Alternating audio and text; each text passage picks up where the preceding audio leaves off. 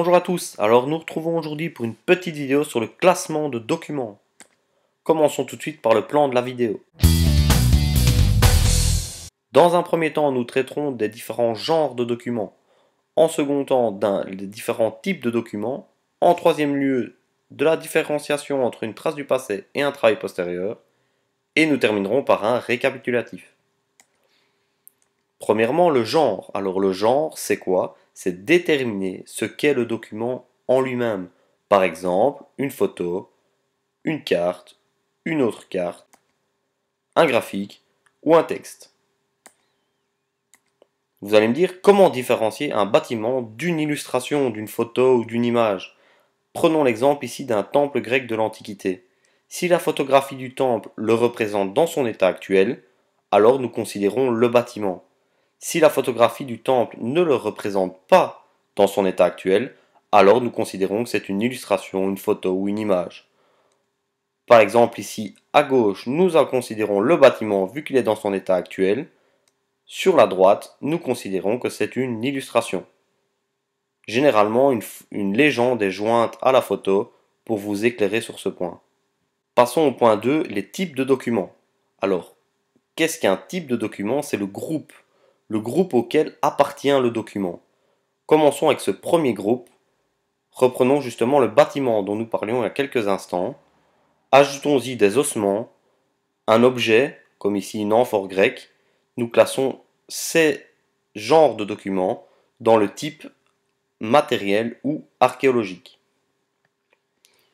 Deuxième type, des livres, des écrits, des lettres ou des textes de loi.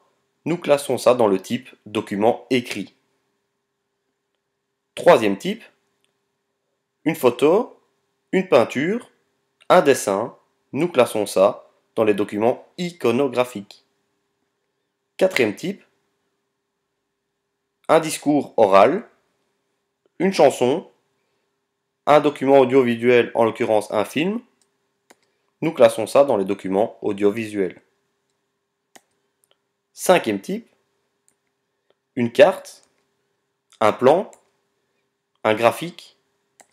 Nous classons ça dans les documents schématiques. Sixième type, qu'on retrouve un petit peu moins souvent, avec deux maquettes. Nous appellerons ça les documents reconstitués. Passons au point 3 pour différencier une trace du passé d'un travail postérieur. On recherche la date de réalisation du document, qui se trouve généralement dans la source, donc en dessous du document, et la date de réalisation des faits, donc ce qu'il se passe dans le document.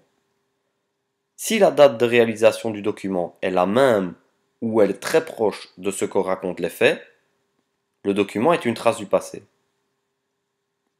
Si la date de réalisation du document est située bien après les faits racontés dans le document, nous sommes en présence d'un travail postérieur. Éclairons ça avec un exemple. Imaginons que nous étudions la vie des soldats durant la Deuxième Guerre mondiale, de 1939 à 1945. Nous sommes en présence de deux documents. Le journal intime d'un soldat de la Deuxième Guerre mondiale et un jeu vidéo racontant l'histoire de la Deuxième Guerre mondiale. Le premier date de 1945, comme nous pouvons le voir dans l'entête du journal.